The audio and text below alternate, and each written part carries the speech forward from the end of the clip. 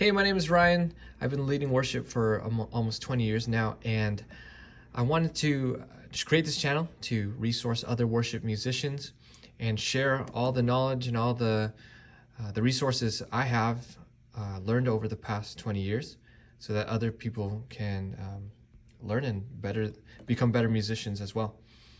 I wanted to come back to the topic that I posted about last week, which was on inversions.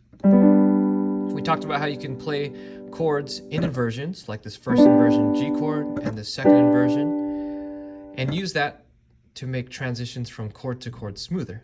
The example we used last week was moving from a G chord in first inversion to a D chord in second inversion. And we said that's a lot smoother than using just root position chords, G and D. And as I was thinking about that, I wanted to go a little bit more specifically into why that sounds smoother. So technically speaking, the reason that this chord to this chord sounds smoother or is perceived as smoother by our ear is because of good voice leading. Good voice leading starts with stepwise motion from one note to the next. So when we talk about voice leading, let's zoom in on the root here, the G up at the top, and let's see how it moves from this G chord, in this G chord, to the D chord. So we can see that it moves down by step. Good voice leading, usually, generally speaking, moves by step. So we have stepwise motion from this G, da, and then down to F sharp, da. And that's really nice. Let's look at another note in this G chord. The third of the G chord is B, and it's down here. Da. And that is also going to move stepwise downward to A. Da, da. Also very nice. And let's look at the fifth of the chord, which is D. This one is special because it does not move. And this makes it especially smooth because it just acts as a common tone between the G chord and the D chord.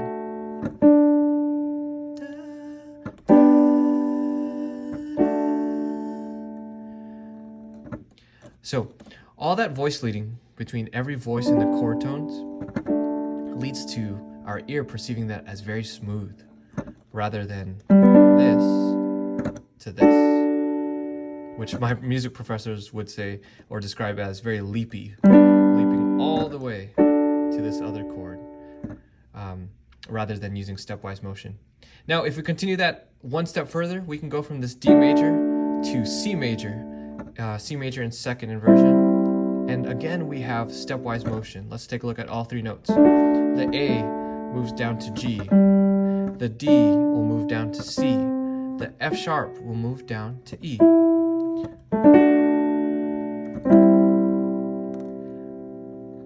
Very smooth transition from that chord to the next.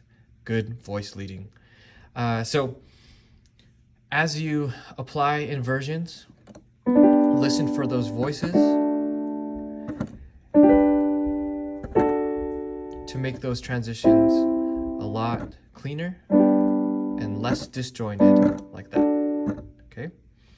If you like these types of videos, if you find them helpful, share these as resources to your worship team, and like and comment and subscribe. Let me know what else you'd like to learn. Currently, I'm just starting off with piano because that's my main instrument. So leave a question in the comment. Leave a song title if you want a tutorial for something. Anything you'd like to learn. All right, I'll see you guys in the next one.